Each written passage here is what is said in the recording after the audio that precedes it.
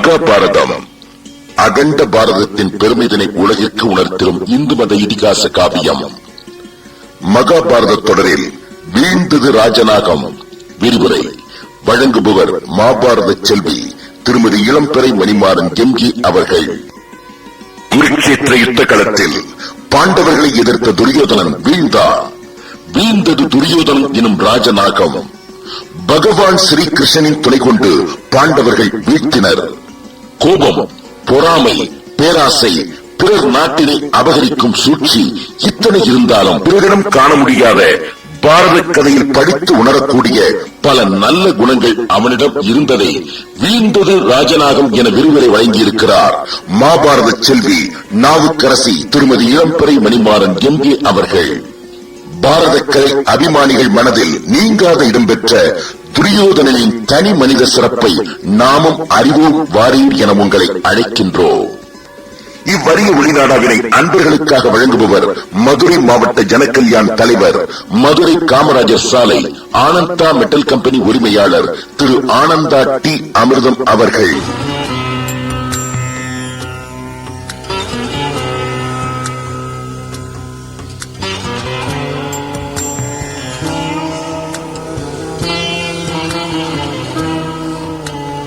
கவியரசர் பாடும்போது கர்ணனுடைய கொடைச்சிறப்பை பாடும்போது மிக அபூர்வமாக சொன்னார் என்று. பார்த்திபனாம் கர்ணனுக்கோர் நாளும் மாதம் என்று பாடினார். பிற மன்னர்கள் கொடை கொடுத்ததற்கும் அவனுடைய கொடைக்கும் என்ன வேறுபாடு என்பதை துல்லியமாக ஒரு வரியில் வைத்து பாடுவார். இந்த உலகில் நம் எல்லாருக்கும் தெரியும், என்னதான் இருந்தாலும் வாங்குவது குறைவு, கொடுப்பது உயர்வு.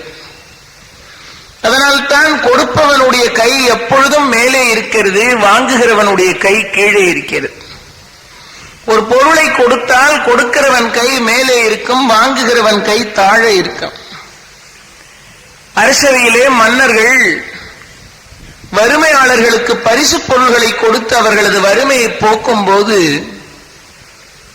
பெரிய தங்க தாம்பாளங்களிலே பொற்காசுகளையும் நவமணிகளையும் வைத்துக் கொண்டு தங்களை பாடி பரவிய புலவர்களுக்கும் தங்கள் அரண்மனை வாசலை தேடி வந்திருக்கிற அதிதிகளுக்கும் அள்ளி கொடுக்கும் போது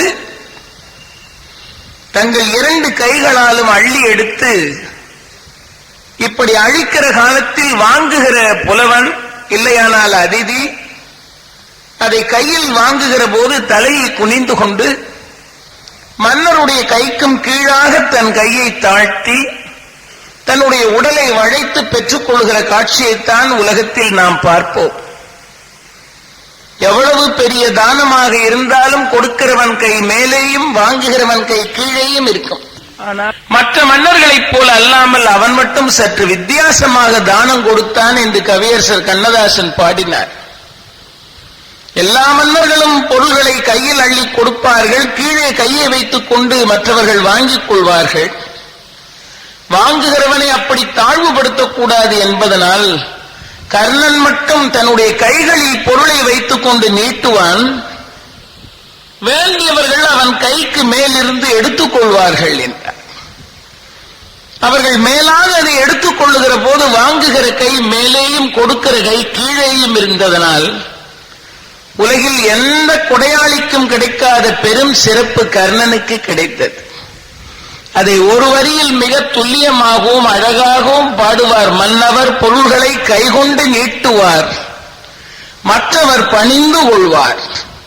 மாமன்னன் கர்ணனோ தன் கரம் நீட்டுவான், மற்றவர் எடுத்துக் கொள்வார். வலதுகை கொடுப்பதை இடதுகை அறியாமல் வைத்தவன் கர்ண வீரன், வறுமைக்கு வறுமையை வைத்ததோர் மாமன்னன் வாழ்கவே என்று பாடினார்.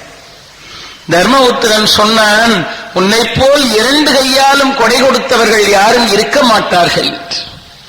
அதனால் தான் அன்று ராஜசூய யாகம் நடக்கும் போது 7 நாள் இரவும் 7 நாள் பகலுமாக ராஜசூய யாகம் நடக்கும் போது அந்த யாகத்தில் யார் யாருக்கு என்னென்ன வேலை என்று பார்த்து பார்த்து அவைகளையெல்லாம் பகுத்து பகுத்து சொன்ன தர்மபுத்திரன்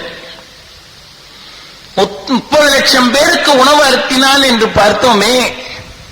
அந்த போஜன சாலையில் உணவு உண்டுவிட்டு அவர்கள் எல்லாம் திரும்பி செல்லும் போது வெறுங்கையாக செல்லுதல் கூடாது என்று தருமன் ராஜசூய யாகத்தில் திட்டம் போட்டிருந்தான். வருகிறவர்கள் கை கலக்கும்படியாக நவமணிகளையும் வைரங்களையும் அள்ளி அள்ளி கொடுப்பது என்று முடிவு செய்திருந்தான். உணவு பரிமாறுவதற்கும், அரசர்களை மேற்பார்வை பார்ப்பதற்கும், அந்தணர்களை மேற்பார்வை செய்வதற்கும், வேத வித்துக்களை மேற்பார்வை செய்வதற்கும், உணவு பண்டகங்களை எல்லாம் காவல் காப்பதற்கும் பல பேரை அவன் ஏற்பாடு செய்தான். ஆனால் இந்த போஜன சாலையில் உண்டு செல்லக்கூடியவர்கள் மனம் நிரம்ப கை நிறைய அள்ளி கொடுக்க வேண்டுமே. ஆள் உயரமான கூடைகளை போஜன சாலையின் 2 பகுதிகளிலேயும் வைத்து அவைகளெல்லாம் தங்க காசினாலேயும் வைர நவமணிகளாலேயும் நிரப்பி வைத்து வருகிறவர்களுக்கு அள்ளி அள்ளி கொடுப்பதற்கு ஆள் வேண்டுமே என்று நினைத்த தர்மபுத்திரன் சொன்னானாம், அள்ளி கொடுப்பதற்கு மட்டும் வேறு யாரும் சரிப்பட்டு வரமாட்டார்கள், அங்க நாட்டிற்கு சொல்லிவிடு என்றானாம். அங்க தேசத்திலே இருந்து கர்ணன் வந்தான். கர்ணா, உண்டு செல்லுகிறவர்கள் கையில் நவமணிகளையும் வைரத்தையும் அள்ளி கொடு என்றான் தர்மன். ஏனென்றால் அவன் அள்ளி கொடுப்பதற்கென்றே பூமியில் பிறந்தவன். அவன்தான் மனங்குளிர அள்ளி கொடுப்பதற்கு தகுதியானவன் என்று தர்மன் முடிவு செய்தான் என்று ராஜசூயாக கதையில் பேசினார். தர்மன் சொன்னான், 2 கைகளாலும் வாரி வழங்குகிற வள்ளலை இழந்து போனோமே என்று அழுதான். ஒரு கையில் எடுத்து கொடுத்துக் கொண்டிருக்கிற பொருளை அடுத்த கைக்கு மாற்றுவதற்குள் மனிதனுடைய மனம் மாறிப்போகும். தன் கைப்பொருளை மற்றவர்களுக்கு கொடுப்பது என்பது மனிதனுக்கு அவ்வளவு எளிமையா காரியம் அல்ல. அதனால்தான் நம்முடைய உபனிஷதங்களில் கதை எழுதினார்கள், தேவாதி தேவர்களும் அசுரர்களும் மனிதர்களும் மூவருமாக ஒன்று சேர்ந்து பிரம்மதேவரிடத்தில் உபதேசம் கேட்க சென்றார்கள் என்று. அப்பொழுது பிரம்மதேவர் 3 பேருக்கும் ஒரே விதமான உபதேசத்தை செய்தார். தேவாதி தேவர்கள் கேட்டார்கள், எங்களுக்கு என்ன சொல்லுகிறீர்கள் என்று கேட்கும் போது பிரம்மதேவர் ஒரு அக்ஷரத்தை மட்டும் உபதேசித்தாராம், தா என்றார். தா என்று சொன்ன வார்த்தையை கேட்டவுடன் நமக்கு என்ன உபதேசம் செய்தார் என்று அவர்களுக்கு புரிந்துவிட்டது, போய்விட்டார்கள். தா என்கிற சொல், தாம்யதா என்கிற சொல்லினுடைய முதல் எழுத்து தேவாதி தேவர்கள் குறிப்பாக சொன்னவுடன் புரிந்து கொண்டார்கள். நமக்கு என்ன அறிவுரை சொல்லுகிறார் பிரம்மதேவர் என்றால், தேவாதி தேவர்களே, நீங்கள் அமுதம் உண்டவர்கள், சாகாமல் கூட இருப்பீர்கள், நினைத்ததையெல்லாம் சாதிப்பீர்கள், பூமியில் வாழுகிற மனிதர்களுக்கெல்லாம் அருள் பாலிப்பீர்கள், அவர்களெல்லாம் உங்களை தொழுவார்கள். ஆனால் உங்களால் முடியாத காரியம் ஒன்று இருக்கிறது, அதைத்தான் நான் உங்களுக்கு உபதேசமாக தந்திருக்கிறேன். உங்களால் முடியாத காரியம் என்ன என்றால் புலனை அடக்குவது. தேவாதி தேவர்களுக்கு புலனடக்குதல் முடியாது. அதனால்தான் புராணங்கள்ல படிக்கிறோம், தேவேந்திரன் அங்கே இருந்து வேறு வடிவம் தாங்கி அகல்யாவை கூடுவதற்காக வந்து சேர்ந்தான் என்று நாம படிக்கிறோம். இப்ப புலனடக்கம் தான் அவர்களுக்கு தேவை என்பதனால் தா என்கிற சொல்லை தேவாதி தேவர்கள் புரிந்து கொண்டார்கள். தாமியதா, புலனடக்கத்தோடு இருக்க வேண்டும் என்று அவர்கள் புரிந்து கொண்டார்கள். அவர்கள் உபதேசம் கேட்டவுடன் அசுரர்கள் போனார்கள். பிரம்மாவே, எங்களுக்கு என்ன உபதேசம் செய்கிறீர்கள் என்று. பிரம்மதேவர் அதே தா என்றார். அசுரர்களுக்கு புரிந்து போயிட்டு அவர்களுக்கு சொன்ன அந்த அக்ஷரத்திற்கு என்ன பொருள் என்றால் தயத்துவம் என்று பொருள். அசுரர்களுக்கு வலிமை இருக்கிறது, பாசம் இருக்கிறது, பக்தி இருக்கிறது, ஆற்றல் இருக்கிறது, வீரம் இருக்கிறது. ஆனால் மனதில் ஈரம் இல்லை, தயை இல்லை. தயை இல்லாத காரணத்தினால் நல்லவர்களை எல்லாம் துன்பப்படுத்துகிறார்கள். ஆகவே உங்களுக்கு உரிய உபதேசம் இதுதான், நீங்கள் தயையோடு இருங்கள் என்று சொல்லுவதற்காக தயத்துவம் என்று அவர்கள் எடுத்துக்கொண்டார்கள். 2 பேருக்கும் உபதேசம் முடிஞ்ச உடனே மனிதர்கள் போனார்கள். சிருஷ்டிகர்த்தாவே, எங்களுக்கு உபதேசம் இல்லையான்னு கேட்டார்கள். அவர் சொன்னார் தா என்றார். மனிதர்களுக்கும் புரிந்து போயிற்று என்ன என்று. அதே அக்ஷரம்தான். ஆனால் மனிதர்களுக்கு சொன்னது என்ன என்றால், அந்த தாவுக்கு என்ன அர்த்தம் என்றால் தத்தம் என்ற அர்த்தம். உன் கைப்பொருளை மற்றவர்களுக்கு தத்தம் செய். உனக்கு இருக்கிற பொருளில் ஒரு பகுதியை மற்றவர்களுக்கு கொடுக்கிற மனோபாவத்தை வளர்த்துக்கொள். தேவாதி தேவர்களால் இயலாத காரியம் புலனை அடக்குவது. அசுரர்களுக்கு இயலாதது அடுத்தவர்களுக்கு கருணை காட்டுவது. மனிதர்களுக்கு இயலாதது தன் கைப்பொருளை மற்றவர்களுக்கு கொடுப்பது. நம்முடைய உபனிஷதத்தில் இவ்வளவு அருமையான ஒரு செய்தியை சொன்னார். தன் கைப்பொருளை மற்றவர்களுக்கு கொடுப்பது மிகவும் சிரமமானது என்று மனிதர்கள் நினைத்துக் கொண்டிருக்கிற இந்த பூமியில் ஒரு மாமனிதன் ஒரு கையில் இருக்கிற பொருளை இன்னொரு கைக்கு மாற்றினால் அதற்குள் மனம் மாறிவிடும் என்று சொல்லி வலது கை கொடுப்பதை இடது கை அறியாமல் கொடுத்தான் என்று எழுதினார்கள். நம்முடைய பௌராணிகர்கள் பாரத கதையை பற்றி விதவிதமான கடைக்கதைகளை எழுதி வைத்திருக்கிறார்கள். ஒரு அந்தனர் போய் தானம் என்று கர்ணனுடைய வீட்டில் நிற்கிறார். அந்த நாள் அவன் அருமையான தங்க கிண்ணத்திலே நவரத்னங்கள் எல்லாம் பதித்திருக்கிற தங்க கிண்ணத்தில் எண்ணெயை வைத்துக் கொண்டு மன்னன் அதை பூசிக்கொள்வதற்காக அங்கதேசாதிபதி அரண்மனைக்குள் நின்று கொண்டிருக்கிறான். தானம் கேட்டு வருகிறவர்களுக்கு அந்த அரண்மனையில் எந்த தடையும் இல்லை. அரசன் எங்கிருக்கிறானோ அந்த இடம் வரையிலேயும் சென்று விடுவார்கள். கர்ணா, தானம் கேட்டு வந்திருக்கிறேன் என்று சொல்லுகிறான் அந்த அந்தணன். அந்த எண்ணெய் கிண்ணமானது இடது கையில் இருந்தது கர்ணனுக்கு. தானம் என்று சொன்னவுடன் விலை மதிக்க முடியாத நவரத்னங்கள் பதிக்கப்பட்ட தங்க கிண்ணத்தை அப்படியே இடது கையினாலேயே எடுத்து கொடுத்தான் என்றார். பொதுவா இடது கையால தானம் கொடுக்க கூடாது.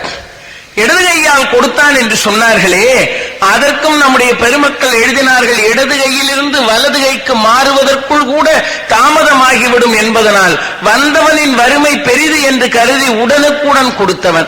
அதனால தர்மன் சொல்லி அழுதான், தானம் கொடுப்பதற்கு இரவா அந்தி சாய்கிற வேளையா என்பதை பற்றியெல்லாம் கவலைப்படாமல் வறுமையாளன் வறுமை என்கிற இருட்டுக்குள் இருக்கிறானே அவனுக்கு விடிய வேண்டுமே என்பதனால் காலத்தை பற்றி கவலைப்படாமல் தானம் கொடுத்தவன் என்று.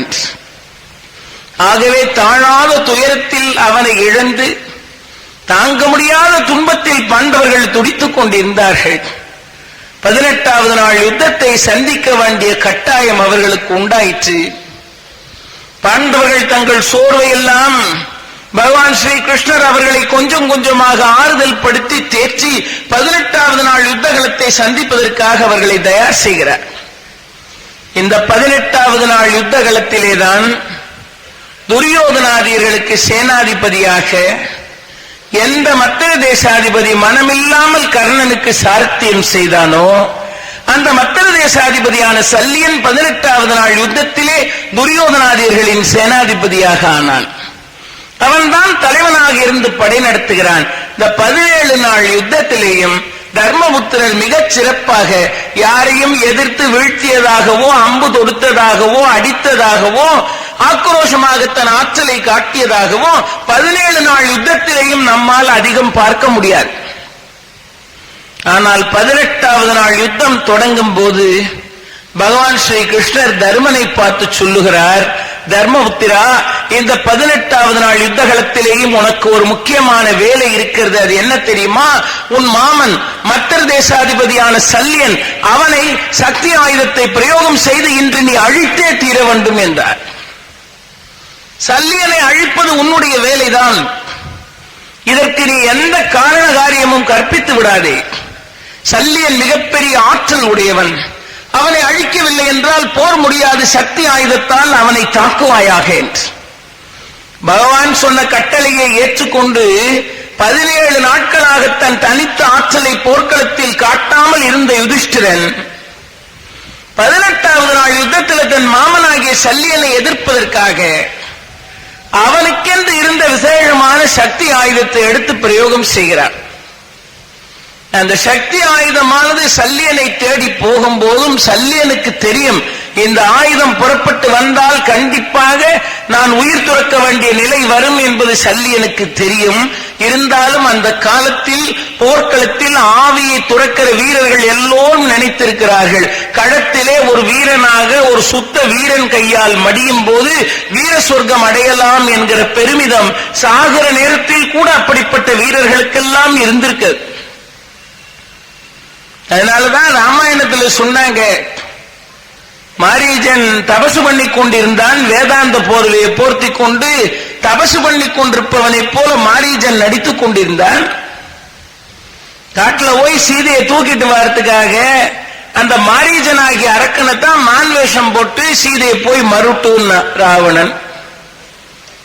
அந்த மாரீஜன் சொன்னா முடியாது, நான் மான் வேஷம் எல்லாம் போட்டு போய் மயக்க முடியாது, அது மகா பாதகமான வேலை, ஆபத்தான வேலை, வலிய போய் ஆபத்தை தழுவிக் கொள்வது சரியல்ல.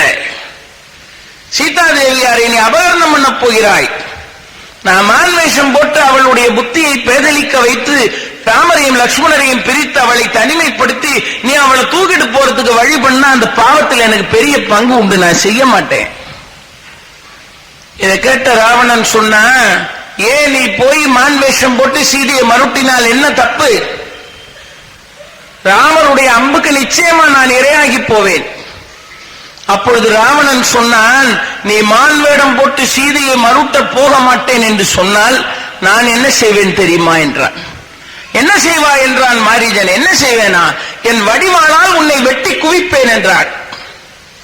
அப்ப அந்த மாரீஜன் சொன்னா, எப்படியோ சாவு பிடரிய பிடிச்சு தள்ளுது, இதுல உங்கை வாழால சாவறதா இல்ல ராமர்கை அம்பால சாகிறதா?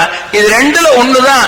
உன் கை வாழால் மடிவதை விட ஸ்ரீ ராமச்சந்திரமூர்த்தியின் அம்பால் மடிவது உத்தமம், நான் போய் வருகிறேன் புறப்பட்டான்.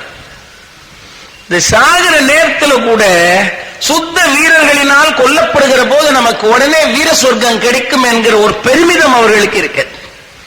இந்த சக்தி ஆயுதத்தை தான் சல்லியனை நோக்கி தர்மபுத்திரன் பிரயோகம் செய்தான். 17வது நாள் யுத்தத்தில் கௌரவர்களுக்கு சேனாதிபதியாக இருந்தவனான சல்லியன் தர்மபுத்திரரால் வீழ்த்தப்பட்டான்.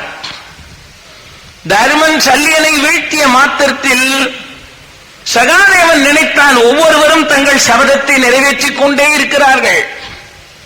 கர்ணனுடைய தலையை கொய்து அரங்க பூஜை செய்வேன் என்று அர்ஜுனன் சபதம் பண்ணினான், நிறைவேற்றி விட்டான். சகுனியை கொள்வேன் என்று சகாதேவன் சபதம் பண்ணி இருக்கிறான். அவன் நினைத்தான், ஒவ்வொருவரும் தங்கள் சபதத்தை நிறைவேற்றிக் கொண்டிருக்கிறார்களே, நாம் சகுனியை கொல்ல வேண்டாமா? சகுனியை குறிவைத்து அவனை கொல்லுவது என்று சகாதேவன் முனைந்து முயற்சி செய்கிற போது சகுனி சகாதேவன் கையில் அகப்பட்டான். அந்த ஒரு நாள் வியூகத்துக்குள்ள அபிமன்யு கையில் அகப்படும் போது, உன்னை கொன்று குவிக்க வேண்டிய அந்த பாலகன் உன்னை கொல்றதா சகாதேவன் சபதம் பண்ணி இருக்கிறதுனால உன்னை கொல்லாம விடுறேன் போடான்னு தூக்கி எறிந்தார். இன்று என் கையில் அகப்பட்டாய் என்று சகாதேவன் சகுனியை பிடித்துக் கொண்டு சொன்னான். ஏதோ குயுக்தியான மூளையை வைத்துக் கொண்டு சூது காய்களை எல்லாம் உருட்டி எங்கள் செல்வத்தை எல்லாம் கவர்ந்து இத்தனை அவமானத்தையும் அடுக்கடுக்காக நாங்கள் சந்திப்பதற்கு நீதானே காரணமாக இருந்தாய். பார் உன்னை என்ன செய்கிறேன் என்று ஆக்ரோஷத்தோட சகாதேவன் சகுனியை கொல்றான். சகுனி சகாதேவனுடைய கையினால் கொல்லப்பட்டான். சகுனியினுடைய புத்திரனை கொல்வேன் என்று சபதம் பண்ணிய நகுலன் சகுனியின் புத்திரனை கொன்றான். இவனை மாதிரி ஒரு வஞ்சகனை விட்டு வச்சா அவனுடைய வாரிசு இதை விட 4 மடங்கு வஞ்சனை செய்யும். ஆகவே நரித்தனம் மிகுந்தவனாகிய சகுனியின் புதல்வனை கொல்வேன் சபதம் பண்ணான் நகுலன். அதை செய்து காட்டினான். ஏற்கனவே பாஞ்சாலியை சபையில் நிறுத்தி ஆடையை பற்றி இழுத்து அவமானம் செய்தவனாக இருக்கிற துச்சாதனனை ஏற்கனவே பீமன் கொன்று குவித்தான். ஒவ்வொருவராக தங்கள் சபதத்தை நிறைவேற்றிக் கொண்டிருக்கும் போது இப்பொழுது பீமன் நினைக்கிறான், அடுத்து கொல்லப்பட வேண்டியவன் அதர்மத்தின் ஆணிவேரைப் போல இருக்கக்கூடியவனாகிய துரியோதனன். அவனை வீழ்த்துவதற்கு என்ன செய்ய வேண்டும் என்று திட்டமிடுகிறார்கள். லட்சக்கணக்கான யானைகள், எண்ணிக்கையில் அடங்காத குதிரைகள், 10,000த்திற்கும் மேற்பட்டவைகளாகிய தேர்கள், எந்தெந்த தேசங்களிலேயோ அனுசரணையாக தங்களுக்கு வந்து உதவி செய்த காலாட்கள், இவைகளில் பெரும் பகுதி சேதமாகி போயிற்று. தம்பிமாரெல்லாம் மாண்டு போனார்கள். துச்சாதனன் மாண்டான். உடனிருந்த சகுனி மாண்டு போனான். ஆப்த நண்பனாயிருந்த கர்ணனும் தீர்ந்து போனான். இவர்களெல்லாம் மாண்டு போன பிறகும் தன் மனதில் எஞ்சி இருக்கிற வைராகியத்தை எல்லாம் திரட்டி வைத்துக் கொண்டு 18வது நாள் யுத்தத்திற்கு ஒருவன் தயாராக இருந்தான். அவன்தான் துரியோதனன். அப்பொழுது கிருப்பரும் கிருதவர்மாவும் போய் துரியோதனிடத்தில் சொல்லுகிறார்கள், இனியாவது போர் வேண்டாம் என்று ஒரு முடிவுக்கு வந்துவிடு. எல்லோரும் ஆண்டு போய்விட்டார்கள். இனிமேல் போர் வேண்டாம் என்று முடிவு செய்துவிடு, இதோடு விட்டு விடலாம் என்று சொல்லுகிறார்கள்.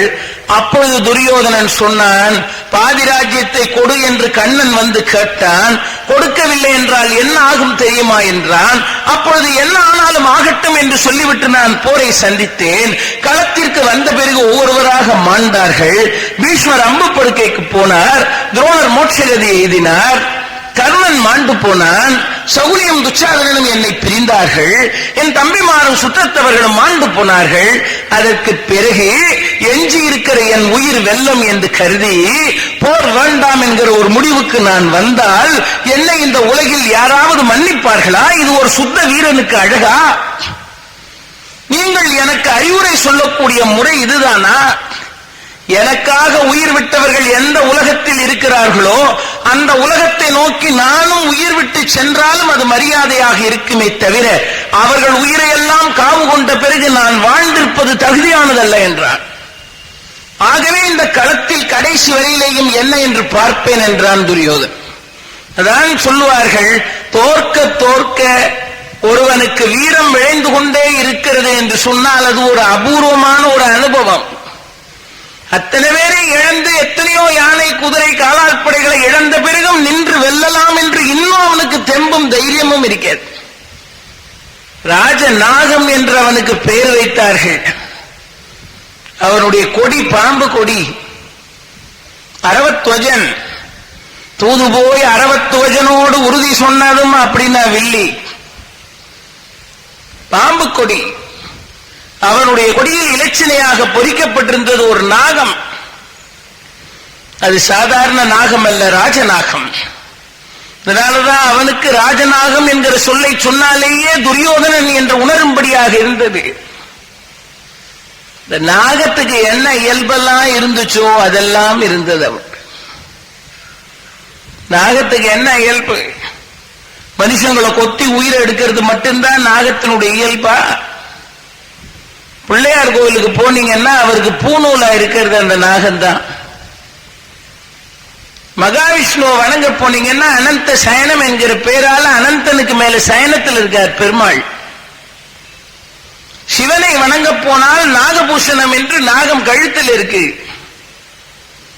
அம்பாளுக்கு ஒரு கைவிரல் மோதிரமா இருக்கு. ஆல்சேஷன் என்கிற நாகமானது இந்த உலகத்தை தன் தலையில் சுமந்து கொண்டிருக்கிறது. நாகராஜன் என்று சொல்லி தட்சகனை பாராட்டுகிறோம். ஆலய வழிபாடு செய்ய சென்றால் அங்கே விக்கிரக வடிவத்தில் இருக்கக்கூடிய நாகருக்கு பால் வார்த்து பணிவிடை செய்து வணங்குகிறோம். அதே பாம்பு எங்காவது அறியாமல் புகுந்து விட்டதை கண்ணால் பார்த்து விட்டோம் என்றால் அடித்து கொன்று வெளியே தூக்கி எறிந்து விடுவோம். பாம்பென்றால் படையும் நடுங்கும் என்போம்.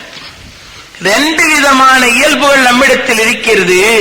ஆலயத்தில் பார்க்கும் போது நாகராஜா என்று கன்னத்தில் போட்டுக் கொள்வோம்.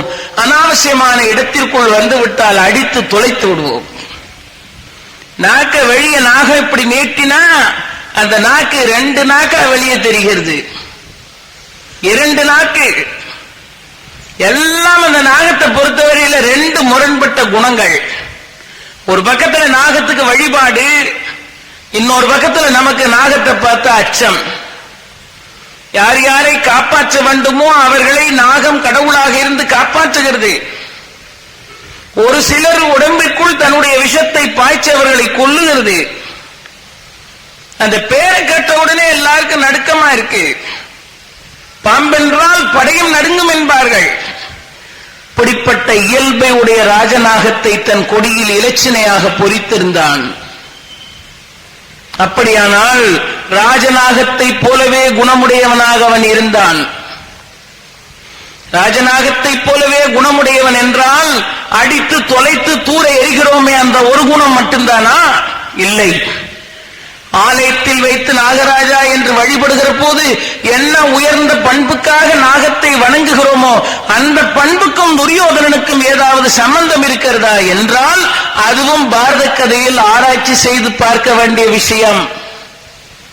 இல்லையானால் அவனுக்கு நாகக்கொடி இலச்சினையாக நாகம் அவன் கொடியில் அமைந்திருக்காது. ஒவ்வொரு மன்னர்களினுடைய கொடியில் இருக்கிற இலச்சினையும் கூட அவர்களுடைய பண்பாட்டை தெரிவிக்கக்கூடிய விதமாகத்தான் அமைக்கப்பட்டிருக்கிறது. ராவணேஸ்வரனை வேளை கொடியுடைய வேந்தன் என்று சொல்லுகிறோம். அந்த வேளை கொடி என்பதை பார்த்த மாத்திரத்தில் அந்த இலச்சினையை பார்த்தவுடனே தெரியும் பெரிய சங்கீத விற்பனன். அவன மாதிரி வீணாகானம் செய்வதற்கு ஆள் இல்லை. சாமகானம் பாடி சிவனையே மயக்குகிறவன். ஏன் இவன் பள்ளி அறைக்குள்ளேயே பெருமான் சிவன் வந்து ராவணேஸ்வரா என்னை பாடு என்று சொல்லி பாட வைத்து கேட்பவன் என்று புராணத்தில் எழுதுகிறார்கள். அவன் காம்போதி பாடியதை கேட்ட பிறகு ஈசன் சொன்னானாம், மானுடர்களே, ராவணன் பாடிய காம்போதியை கேட்டு மகிழ்ந்தேன், இனிமேல் யாரும் காம்போதியை என் முன்னால் பாட வேண்டாம். அவ்வளவு ஆனந்தமாக பக்தியில் லயப்பட்டு போனவனாக இருந்தவன், சங்கீத விற்பனனாக இருந்தவன், நாரத முனிவருக்கு ஏற்ப நயம்பட உரைத்த நாவு என்று எழுதினான் கம்பன். அவன் கொடியின் இலச்சினை வீணை. அதை பார்த்த மாத்திரத்தில் அவன் இயல்பு என்ன தெரிஞ்சுக்கலாம். அர்ஜுனனுடைய கொடியில் ஆஞ்சநேயர் இருந்தார். கபித்வஜன் என்று அவனுக்கு பெயர். குரங்கு கொடி, பிடிச்ச பிடி தளராதவன் என்று பொருள். பீஷ்மருக்கு ஒரு கொடி இருந்தது, பனைமர கொடி. பனை மரம் இருக்கிற இடத்துல பார்த்தா தெரியும், பனைக்கு யாரும் தண்ணி ஊத்தி வளர்க்க மாட்டாங்க, யாரும் தண்ணி ஊத்த வேண்டியதில்லை, தன்னால வளர்ந்து காலாகாலத்துக்கு நிற்கும். எங்க பகுதியில எல்லாம் ஏராளமா அந்த மரம் தான் இருக்கு. அதுக்கு கற்பக விருட்சம் அப்படின்னு அந்த பக்கத்துல பேரு. ஓலையில இருந்து மட்டையில இருந்து எல்லாம் எல்லாருக்கும் பிரயோஜனப்படும். அதை விட பார்க்கறதுக்கு தென்னை மரம் அழகா இருக்கு, குளுமையா இருக்கு, இளநீரை கொடுக்கும். ஆனா நீங்க தாழ்ல ஊத்துற தண்ணீரை தான் தலையால கொடுக்கும். நீங்க தண்ணி விடாம தென்னைய வச்சிருந்தீங்கன்னா பட்டு போகும். ஆனால் பனை மரத்துக்கு தண்ணீர் விட வேண்டிய அவசியம் இல்லை. தன் பாகங்கள் எல்லாவற்றையும் மற்றவர்களுக்கு பிரயோஜனமாக கொடுக்கக்கூடியது பனைமரம். பித்தாமகர் பீஷ்மருக்கு பனைமர கொடி. அதுக்கு என்ன பொருள் என்றால், எல்லாருக்கும் அவரால் பிரயோஜனம் உண்டு, யாராலையும் அவருக்கு பிரயோஜனம் இல்லை. எல்லாருக்கும் பிரயோஜனப்படக்கூடிய வாழ்க்கையை வாழ்ந்தவர் பனைமரம் மாதிரி. பரோபகாரம் இத்தம் சரீரம்னு, அதனால அவர் கொடியில பனைமரம். இந்த மாதிரி அந்த இலச்சினைக்கு கூட அவ்வளவு பொருள் இருந்தது. துரியோதனனுடைய கொடியில் பொறிக்கப்பட்டிருந்த முத்திரை ராஜநாகம். இதனால கதை சொல்லிட்டு வரும்போதே துரியோதனுடைய பல குணங்களை எல்லாம் நீங்க கேட்டீங்க. ஏற்கனவே அரக்கமாளிகையில நெருப்பு வச்சு கொண்டு பாண்டவர்களை எல்லாம் சாம்பலாக்கலாமான்னு திட்டம் போட்டவன் தான். பஞ்சவர்களுக்கு விஷம் வச்சு சாப்பாட்டுல கொடுத்துட்டா செத்து போயிடுவாங்கன்னு முடிவு பண்ணவன் தான். சூலத்துல பீமனை தூக்கி வீசி கொல்லலாம்னு பார்த்தவன் தான். பாஞ்சாலிய சபையில நிறுத்தி வச்சு அவமானம் பண்ணவன் தான். சூதாட வாங்கினான்னு கூப்பிட்டு எல்லா செல்வத்தையும் கவர்ந்துகிட்டு வனத்துக்கு துரத்தினவன் தான். காட்டுல வாழும் போது கூட பாண்டவர்கள் சாவதற்கு என்னவெல்லாம் செய்யலாம்னு வஞ்சனை பண்ணவன் தான். இது எல்லாம் நம்ம எல்லாருக்கும் தெரிஞ்ச விஷயம். அது எப்படின்னா, இந்த நாகத்தை பார்த்த உடனே பயப்படுற மாதிரி இது நம்ம எல்லாருக்கும் தெரியும். நம்ம எல்லாருக்கும் தெரிஞ்சும் நாம ரொம்ப சிந்திச்சு பார்க்காத இன்னொரு பக்கம் இந்த ராஜநாகத்துக்கு இருக்கு. அந்த பக்கத்தை சிந்திச்சு பார்த்தோமானால் அது ஒரு அதிசயமான பக்கம், அது ஒரு ஆச்சரியமான பக்கம் இருக்கு. அவனுக்கு ஒரு வித்தியாசமான அத்தியாயம். பூமியில இருந்து நிலவை பார்க்கும் போது நிலவின் ஒரு முகம்தான் நமக்கு தெரிகிறது. அது மாதிரி நமக்கு தெரிஞ்ச துரியோதனனுடைய ஒரு முகம் இருக்கிறது. அந்த முகம் சூதாட அழைத்த முகம், பாஞ்சாலியை அவமானம் பண்ண முகம், அந்த முகம் அரக்கு மாளிகையில தீ வச்ச முகம், அந்த முகம் பஞ்சவர்களின் உணவில் விஷம் வச்ச முகம், அந்த முகம் பீமனை கொல்ல போன முகம், அந்த முகம் மூகாசுரனை அனுப்பி பாண்டவர்களுக்கு தொல்லை கொடுக்க வச்ச முகம். இந்த முகம் நமக்கு தெரியும். இன்னொரு முகம் இருக்கு, அது நமக்கு தெரியாது. இதே துரியோதனனுக்கு இன்னொரு முகம் இருக்கு. எப்படி நாகத்துக்கு ரெட்டை நாக்கோ அது மாதிரி இவனுக்கு ரெண்டு முகம் இருக்கு. ஒரு முகம் இந்த கொடுமைக்கார முகம், இன்னொரு முகம் எப்படிப்பட்ட முகம் பாருங்கள். பூலோகத்திலேயே பெரிய கொடையாளி, தான வீரன் என்றெல்லாம் பாராட்டப்பட்ட, அடுத்தவர்கள் துன்பப்படுறத பார்த்து சகிக்காத மனம் படைத்த ஒருவனால தானே தானம் கொடுக்க முடியும். அடுத்தவர்கள் துன்பப்படுவதை பார்த்து சகிக்காத மனம் படைத்த ஒருவன் ஒரு தான வீரன், ஒரு கொடையாளி. 24 மணி நேரமும் இவனுடன் இருப்பதுதான் எனக்கு சுகம், அதுதான் எனக்கு பேரின்பம் என்று ஒருவன் கருதுகிறான் என்றால், அப்ப இந்த துரியோதனன் கிட்ட வேற ஏதோ சில விஷயங்களும் இருக்கணுமா இல்லையா?